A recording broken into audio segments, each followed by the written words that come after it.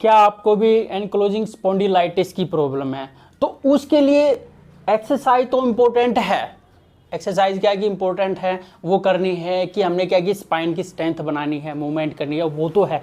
पर उससे भी एक अलग चीज़ ये भी है कि हमने क्या करना होता है कि अपने डाइजेशन को भी सही करना होता है। जब एनक्लोजिंग स्पॉन्डिलाइटिस की प्रॉब्लम होती है, सबसे पहले उनका बड़ा रीज़न ये होता है कि उनका डाइजेशन बिल्कुल ख़राब होता है, समझो ना।